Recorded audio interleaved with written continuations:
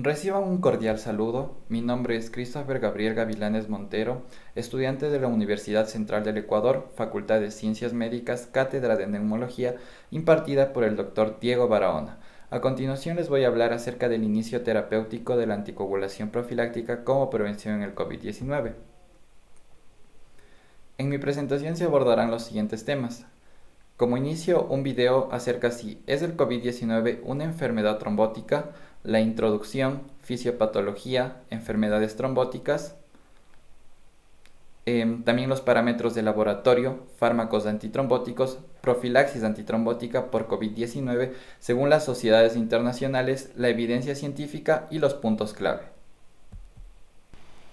Bien, ahora para iniciar mi presentación he planteado la siguiente pregunta. ¿Es el COVID-19 una enfermedad trombótica?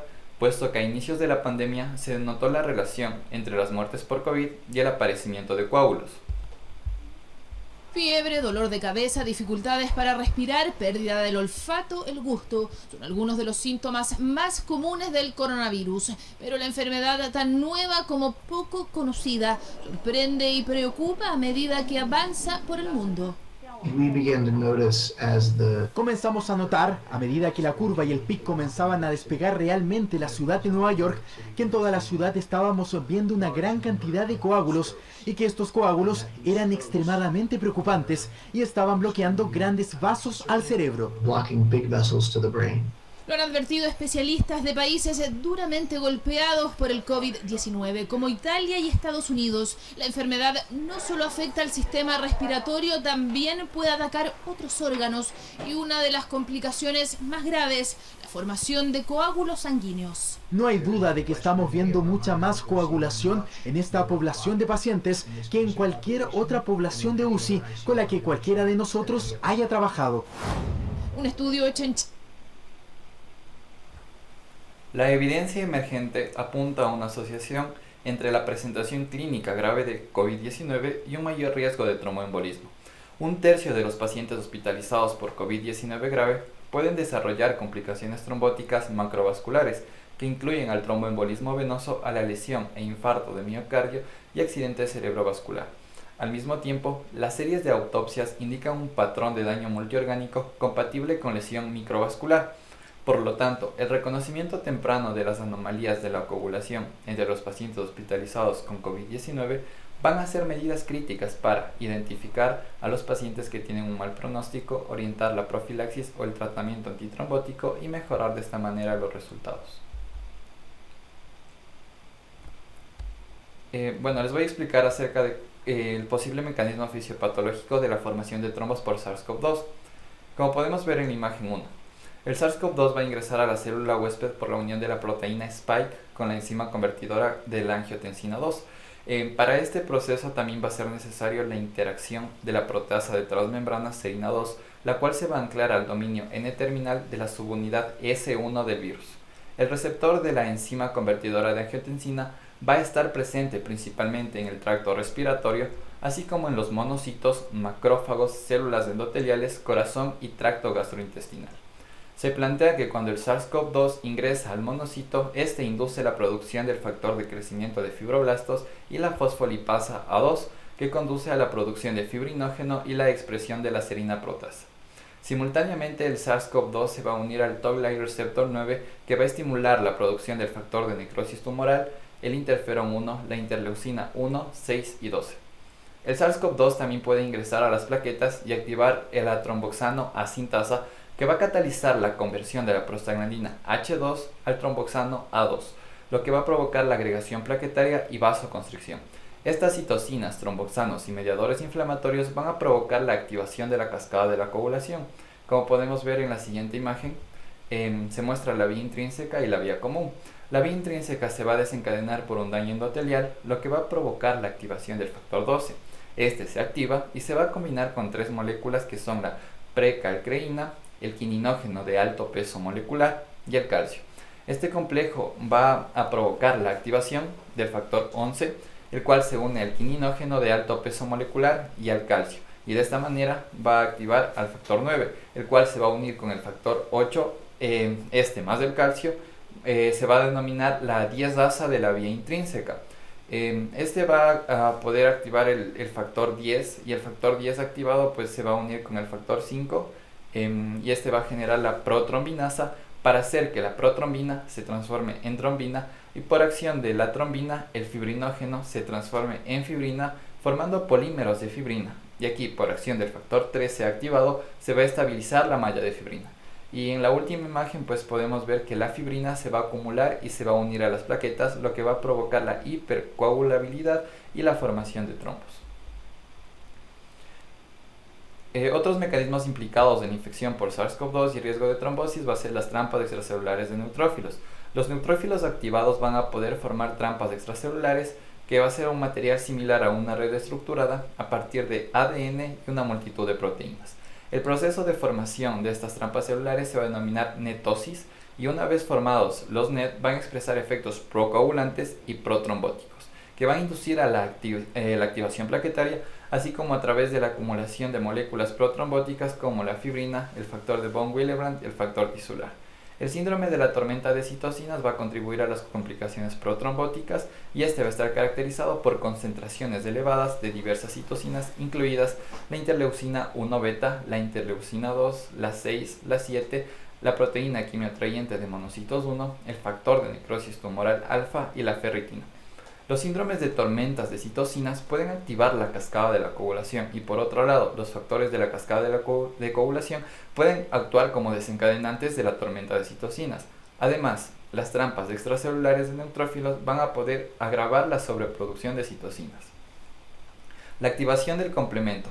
Aquí la proteína nucleocápside del SARS-CoV-2 se va a unir a la serin-proteasa asociada a lectina de unión amanosa, que se va a expresar en la microvasculatura. Esto va a conducir a la activación del complemento y esta activación va a potenciar los mecanismos de sobreexpresión del factor tisular endotelial, así como el aumento de la activación plaquetaria. También va a desencadenar una inflamación endotelial, aumentando así la sobreproducción de citocinas proinflamatorias de las células endoteliales, como la interleucina 1, 6, 8 y la proteína quimioatrayente de monocitos 1. Bien, ahora les hablaré acerca de las enfermedades trombóticas. Primero tenemos a las complicaciones macrovasculares.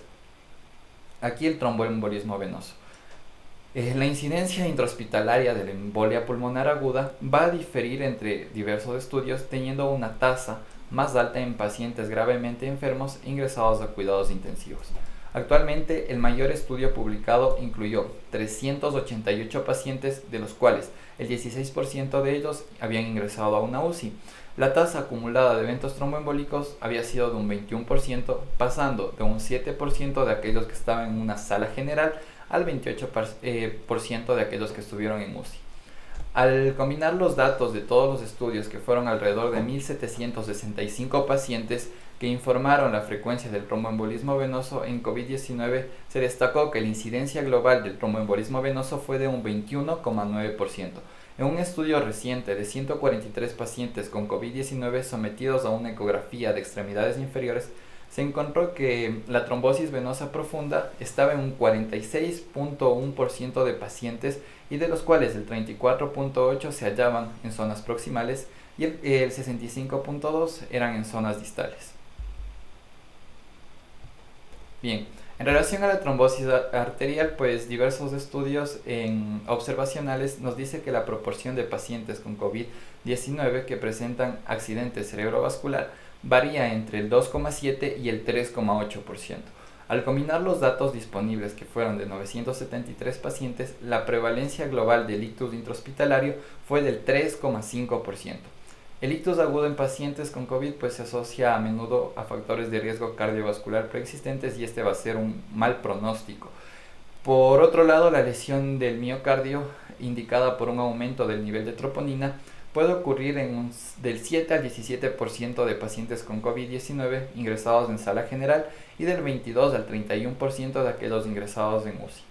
Es de destacar que los pacientes con lesión del miocardio tuvieron mayor mortalidad hospitalaria en un 37,5% en relación a aquellos que tuvieron con enfermedad cardiovascular pero no tuvieron una lesión miocárdica, que fue un 13,3%, o aquellos que no tuvieron un evento cerebrovascular, presentado en un 7,6%.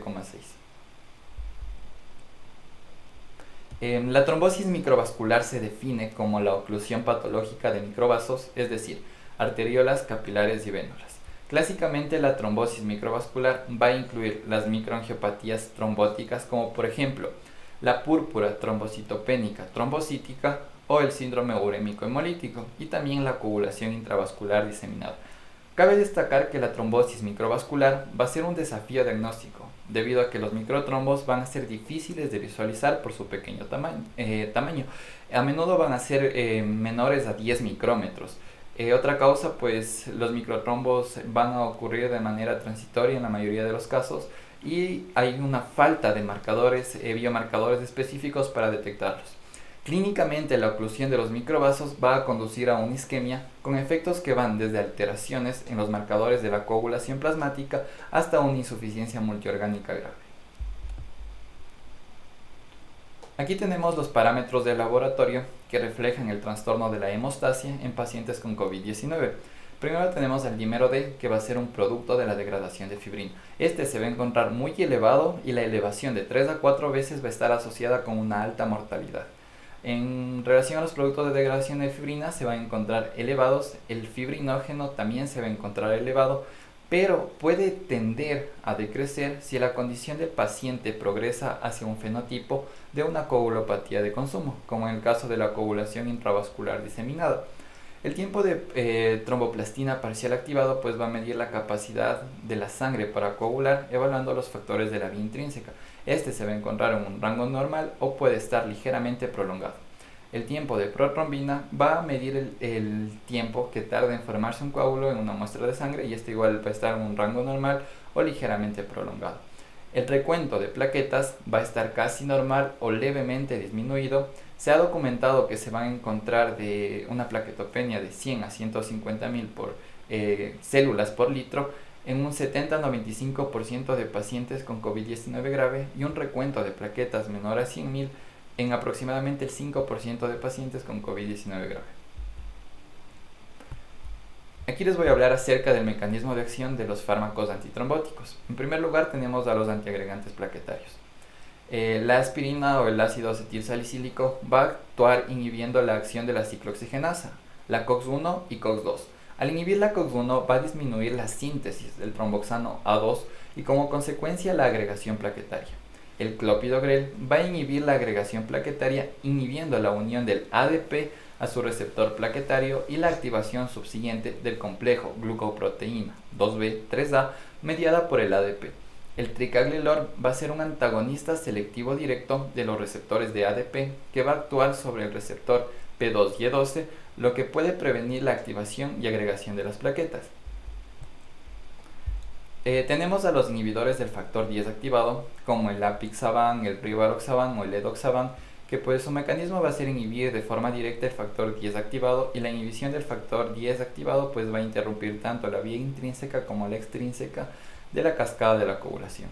El fondaparinux también va a ser un inhibidor selectivo del factor 10, pero este, a diferencia de los anteriores, va a estar mediado por la antitrombina 3. Las heparinas van a ejercer su acción anticoagulante mediante la estimulación de la actividad de la antitrombina 3, acelerando su capacidad para inactivar las enzimas de la coagulación de la trombina, como por ejemplo el factor 2 activado, el factor 10 o el factor 9 activado. Los inhibidores directos de la trombina encontramos al dabigatran o la vivalirudina. Su efecto pues va a ser inhibir de forma directa, competitiva y irreversible a la trombina, dado que la trombina pues va a permitir la conversión del fibrinógeno a fibrina en la cascada de la coagulación. Su inhibición va a impedir la formación de trombos. Y por último tenemos a los fibrinolíticos, como la streptokinasa o el activador tisular de plasminógeno. Su efecto se debe a que activa la conversión del plasminógeno en plasmina, la cual cataliza la degradación de fibrina o fibrinógeno y la disolución del coágulo. Los fármacos antitrombóticos, mediante sus diversos efectos, pueden inhibir las anomalías hemostáticas asociadas al COVID-19, la cual se va a caracterizar por lo mencionado anteriormente como la disregulación inmunotrombótica, el aumento de los depósitos de fibrina y el aumento de los niveles del dímero D. Bien, ahora tenemos la profilaxis antitrombótica para el COVID-19 según algunas sociedades internacionales. Primero tenemos a la Sociedad Internacional de Trombosis y Hemostasia, que nos recomienda como agente antitrombótico la heparina de bajo peso molecular en dosis profiláctica estándar de tromboembolismo venoso en ausencia de contraindicaciones. Esta se va a administrar a todos los pacientes con COVID-19 que requieren hospitalización, incluidos aquellos que no se encuentran en un estado crítico. La duración del tratamiento va a ser toda la estancia hospitalaria. De acuerdo a la Sociedad Italiana de Trombosis y Hemostasia, el agente antitrombótico preferido va a ser la heparina de bajo peso molecular o también la heparina no fraccionada o el fondaparinose. Todo esto pues se va a administrar en dosis profiláctica estándar de tromboembolismo venoso en ausencia de contraindicaciones. La dosis intermedia de la heparina de bajo peso molecular en el hospital pues va a ser la enoxaparina de 4.000 unidades internacionales por vía subcutánea 2 veces al día, y esta podría considerarse de forma individual en pacientes con múltiples factores de riesgo de tromboembolismo venoso. El tratamiento con heparinas de dosis completa no va a ser recomendado por esta sociedad. Aquí se va a administrar a todos los pacientes hospitalizados por COVID-19 y la duración del tratamiento va a ser toda la estancia hospitalaria, y también nos recomiendan mantener en casa durante 7 a 14 días después del alta en caso de que haya factores de riesgo de tromboembolismo venoso persistentes o preexistentes. De acuerdo al Foro de Trombosis de América del Norte, la Sociedad Europea de Medicina Vascular, la Unión Internacional de Angiología, el Grupo de Trabajo de la Sociedad Europea de Cardiología sobre la circulación pulmonar y función ventricular derecha nos recomienda la heparina de bajo peso molecular una vez al día como agente preferido, o la heparina no fraccionada 2 veces al día, ambos en dosis profiláctica estándar de TEP en ausencia de contraindicaciones. La anticoagulación profiláctica va a ser la única modalidad totalmente recomendada, y la heparina de bajo peso molecular a dosis intermedia en el hospital podría ser una opción en pacientes seleccionados. Y aquí tampoco nos recomiendan el tratamiento con heparina a dosis completa. Los pacientes hospitalizados con COVID-19 a los que se les va a administrar van a ser aquellos que tienen insuficiencia respiratoria, comorbilidades o malignidades activas, están postrados en una cama o requieren UCI. La duración del tratamiento va a ser toda la estancia hospitalaria, y recomiendan también tromboprofilaxis de duración prolongada con heparina de bajo peso molecular o un anticoagulante oral de acción directa hasta 45 días en pacientes con un alto riesgo de TEP y bajo riesgo de hemorragia. De acuerdo a la Sociedad Española de Cardiología, aquí vamos a anticoagular. Primero pues nos recomienda cómo se debería anticoagular a un paciente que ingresa por COVID-19 pero no tiene tratamiento anticoagulante previo. En primer punto vamos a valorar el riesgo hemorrágico y la cifra basal de plaquetas. Para aquellos que tienen una plaquetopenia de 20.000 a 50.000 se les va a dar enoxaparina de 40 miligramos cada 24 horas o bemiparina 3.500 unidades cada 24 horas, y no se debe subir las dosis. Para aquellos que presentan una plaquetopenia menor a 20.000 se debe tomar únicamente medidas físicas. Por otro lado, pues vamos a ver si es que tiene una alta sospecha de enfermedad tromboembólica venosa, y de ser el caso pues vamos a dar heparina de bajo peso molecular a dosis anticoagulante. Ahora, como tercer punto, vamos a valorar si es que cumple criterios de gravedad, basándonos en la PAFI para ver si tiene una insuficiencia respiratoria refractaria o si presenta inestabilidad hemodinámica. Y como cuarto punto vamos a valorar si tiene el paciente un alto riesgo tromboembólico. Esto se va a hacer mediante parámetros proinflamatorios de COVID-19 si cumple 2 o más de los siguientes: tener una proteína C reactiva mayor a 15, un dímero D mayor a 3 veces el valor normal, una interleucina 6 mayor a 40, una ferritina mayor a 1000 o linfocitopenias menor a 800. Si tiene antecedentes de alto riesgo de enfermedad tromboembólica venosa o arteriopatías isquémicas, vamos a valorar si es un grupo portador de vías venosas centrales o si tiene un dímero D mayor a 6 veces el valor normal. Bien, ahora, ¿cómo va a ser el tratamiento? Si el paciente no cumple con criterios de gravedad y tampoco tiene un alto riesgo tromboembólico, yo voy a dar heparina de bajo peso molecular en dosis profilácticas. Para esto también es importante medir la función renal.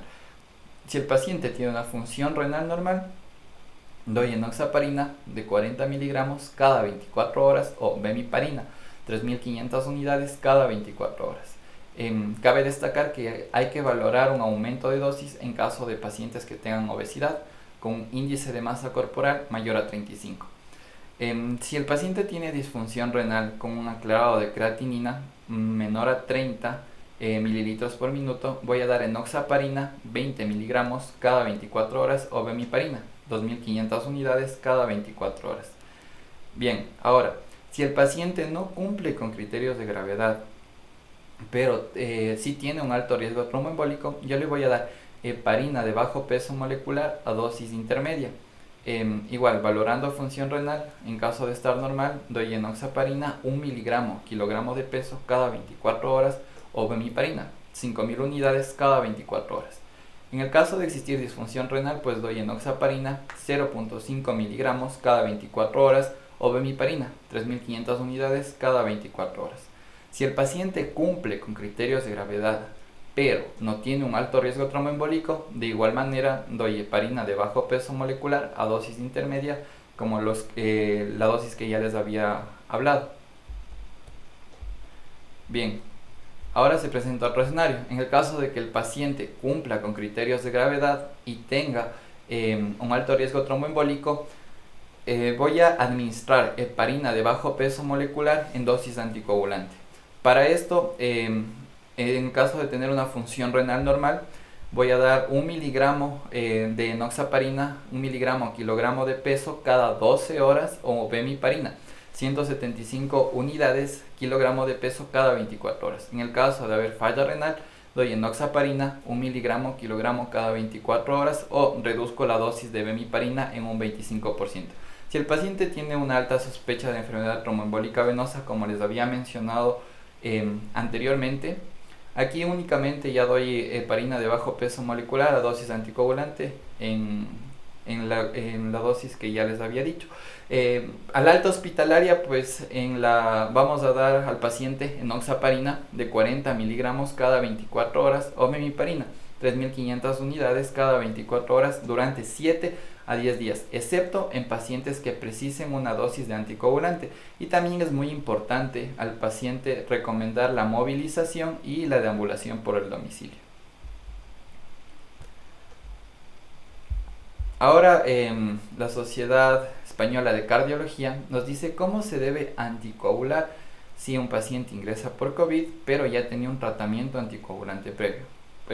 Este es el caso de pacientes que, por ejemplo, tienen una fibrilación auricular, han tenido una enfermedad tromboembólica venosa previa, tal vez tienen una prótesis valvular mecánica y precisan un cambio de anticoagulante parenteral. Cabe destacar que aquí, en primera instancia, pues, si el paciente se encuentra estable, no tiene criterios de gravedad y su tratamiento no presenta interacción con la anticoagulación, vamos a mantener el anticoagulante oral que estaba tomando anteriormente sin ningún cambio. Pero ahora, ¿cómo debo cambiar este anticoagulante si el paciente, por ejemplo, estaba tomando un antagonista de vitamina K? En el caso de la warfarina, por ejemplo. Entonces aquí yo voy a suspender este medicamento si el paciente tiene un INR menor a 2 o 2,5 en el caso de presentar una prótesis valvular mecánica. Si el paciente está tomando dabigatran, pues voy a iniciar con heparina tras la última dosis de haber tomado el dabigatran. Y si está tomando un antagonista del factor 10 activado, como el rivaroxaban, por ejemplo, voy a iniciar la heparina de bajo peso molecular cuando estuviera programado la siguiente toma del medicamento. Entonces voy a cambiar el esquema que tenía el paciente, su anterior anticoagulante, a heparina de bajo peso molecular en dosis anticoagulante. ¿Listo? Entonces aquí la función renal normal pues va a ser voy a administrar enoxaparina de 1 miligramo kilogramo de peso cada 12 horas. Si el paciente tiene función renal normal y prótesis valvular mecánica, igual no hay cambio de dosificación de la enoxaparina. En el caso de tener una disfunción renal con un aclarado menor a 30, voy a dar enoxaparina 1 miligramo kilogramo, pero aquí cada 24 horas, no cada 12. Y si tiene una disfunción renal y además de esto tiene prótesis valvular mecánica, aquí administro enoxaparina 0,5 miligramos kilogramo cada 12 horas. Ahora, ¿cómo va a ser el alta? O sea, ¿cómo el paciente va a regresar a su casa si tomaba un anticoagulante previo? Aquí debemos valorar si es que el paciente aún sigue con tratamiento para COVID, aún no vamos a darle el anticoagulante que estaba tomando y vamos a mantener la heparina de bajo peso molecular en dosis de anticoagulante. Para reiniciar el antagonista de vitamina K, por ejemplo, el paciente tomaba warfarina, yo aquí voy a mantener la heparina de bajo peso molecular a dosis de anticoagulante hasta tener un INR mayor a 2 o mayor a 2,5 en el caso de prótesis valvular mecánica. Y como inicio el anticoagulante oral de acción directa, pues voy a administrarlo cuando estuviera programado la siguiente dosis de heparina. Bien, aquí pues les voy a hablar acerca de algunos artículos que había encontrado. Como podemos observar, en el caso de que alguien requiera más información, tenemos está insertado el artículo y pues se puede buscar ahí, se puede leer todo el artículo completo. Nos hablaba acerca de la terapia antitrombótica en pacientes con COVID-19, fundamento y evidencia. Lo que me pareció muy interesante y llamativo de este artículo fue que, además de las propiedades anticoagulantes y antiinflamatorias, otros mecanismos pueden explicar el efecto favorable de las heparinas en los pacientes con COVID-19. De hecho, están bajo investigaciones para su uso potencial como agentes antivirales directos debido a sus efectos inhibidores sobre la adhesión de patógenos a las superficies celulares. El efecto antivírico directo de las heparinas va a implicar al heparansulfato, que es una familia de polisacáridos componentes de la superficie celular y la matriz extracelular. Se sabe que el heparansulfato va a funcionar como el punto de contacto inicial entre las células diana y varios virus humanos, como por ejemplo el virus del herpes, el virus de la influenza A, el virus de la hepatitis C, el VIH o el dengue, incluido el SARS-CoV-2. Entonces se ha demostrado que las heparinas van a competir eficazmente con el heparansulfato y por lo tanto van a atenuar la unión viral y la infección celular. Recientemente se informó que el dominio de unión al receptor que está en la subunidad S1 del SARS-CoV-2, al unirse con la heparina va a inducir un cambio estructural significativo del receptor de la enzima convertidora de angiotensina 2, lo que proporciona una evidencia clara de un efecto antiviral directo de la heparina de bajo peso molecular en pacientes con COVID-19. Además de esto, la entrada del SARS-CoV-2 en la célula humana necesita la escisión de subunidades S1 y S2 para exponer a la subunidad S2 a la adhesión a la membrana celular, y se ha demostrado que las proteasas celulares van a interactuar en este proceso. Entre ellas pues se va a incluir a la proteasa de transmembrana serina 2, las catepsinas, el factor 10 activado, la furina, la tripsina, entre otras. Estas, ¿qué van a hacer? Pues van a procesar proteolíticamente a la proteína Spike. En particular, se ha demostrado que el factor 10 activado va a facilitar la activación de la entrada del SARS-CoV-2 en las células y la mayoría de estas proteasas van a ser inhibidas por las heparinas. Por lo tanto, se plantea la hipótesis de que este puede ser otro mecanismo directo de las heparinas para evitar la entrada del SARS-CoV-2.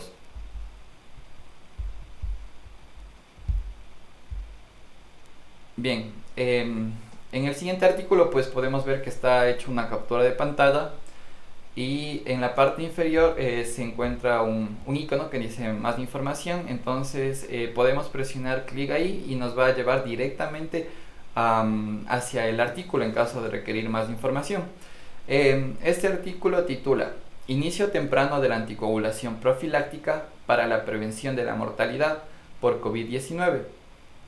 Este fue un estudio de cohorte a nivel nacional en pacientes que estuvieron hospitalizados en los Estados Unidos.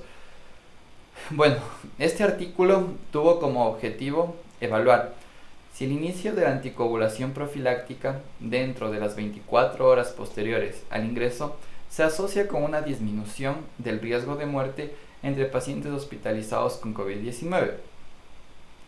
El diseño de este estudio fue de corte observacional. Aquí se incluyeron a pacientes que participaron que recibían atención en el Departamento de Asuntos de Veteranos de los Estados Unidos, que es el sistema de atención médica integrado más grande de este país. Todos los participantes estuvieron hospitalizados con una infección por SARS-CoV-2 confirmada por laboratorio del 1 de marzo al 31 de julio del 2020 sin haber tenido antecedentes de una anticoagulación profiláctica. A los pacientes aquí se les administró dosis profilácticas de heparina subcutánea, heparina de bajo peso molecular o anticoagulantes orales directos. Los principales resultados que se midieron en el estudio fue la mortalidad a los 30 días e inicio de la anticoagulación terapéutica. En este estudio se evaluó a 4.297 pacientes que estuvieron hospitalizados con COVID-19, de los cuales el 84.4% recibieron anticoagulación profiláctica dentro de las 24 horas posteriores al ingreso, y de los cuales más del 99% el fármaco que recibió se le administró fue heparina subcutánea o enoxaparina. En los análisis ponderados de probabilidad inversa de tratamiento, la incidencia acumulada ajustada de la mortalidad a los 30 días fue de un 14,3% entre los que recibieron anticoagulación profiláctica en relación a un 18,7% para los que no la recibieron. En comparación con los pacientes que no recibieron anticoagulación profiláctica, aquellos que sí lo hicieron tuvieron un 27% menos de riesgo de mortalidad a los 30 días.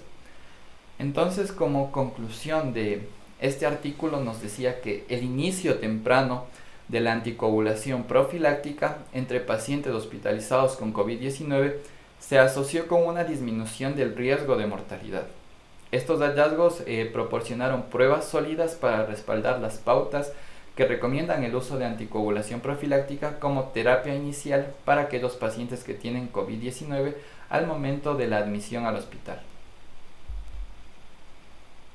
Bien, este artículo pues hacía una comparación entre la enoxaparina profiláctica estándar versus la dosis intermedia en adultos que estuvieron hospitalizados por COVID-19 grave. En este estudio pues se valoró los dos tipos de tratamiento. Fue un ensayo controlado, aleatorizado, abierto y multicéntrico en adultos que fueron hospitalizados con COVID-19 e ingresaron a una unidad de cuidados intensivos o aquellos que tenían evidencia de laboratorio de haber tenido una coagulopatía. Los pacientes fueron asignados al azar en una proporción de 1:1 para recibir una dosis profiláctica estándar de enoxaparina o dosis intermedia de enoxaparina ajustada al peso. Los resultados primarios que se evaluaron fueron la mortalidad por todas las causas a los 30 días y los secundarios incluyeron el tromboembolismo arterial o venoso y una hemorragia mayor. Aquí participaron un total de 176 pacientes que fueron aleatorizados. En la población por intención a tratar, la mortalidad por todas las causas a los 30 días fue de un 15% para aquellos que recibían una dosis intermedia de enoxaparina y un 21% para aquellos que recibían una dosis profiláctica profiláctica estándar de enoxaparina.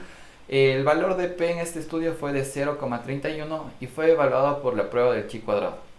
El modelo de riesgos proporcionales de Cox no ajustado no demostró diferencias significativas en la mortalidad entre la dosis intermedia y la dosis estándar, teniendo un valor de P de 0,28. Por otro lado, pues se produjo trombosis arterial o venosa en el 13% de los pacientes que fueron asignados a la dosis intermedia de enoxaparina y el 9% de pacientes que fueron asignados a la dosis estándar de enoxaparina.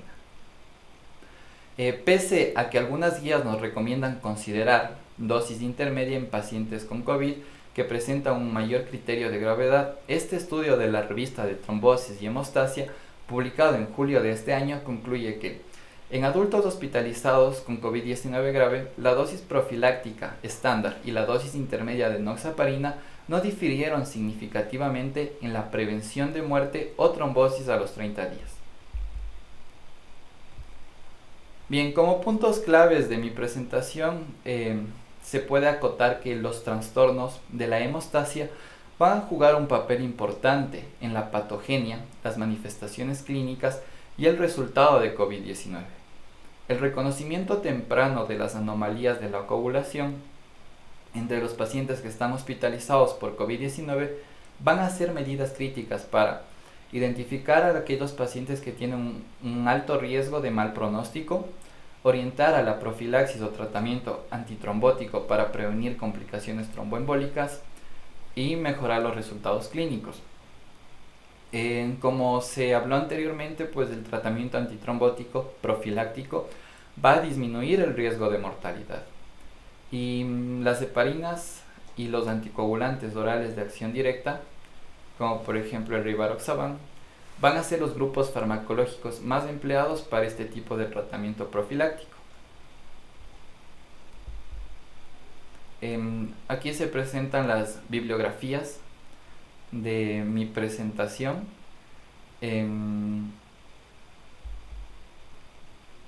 Y pues muchas gracias por su atención.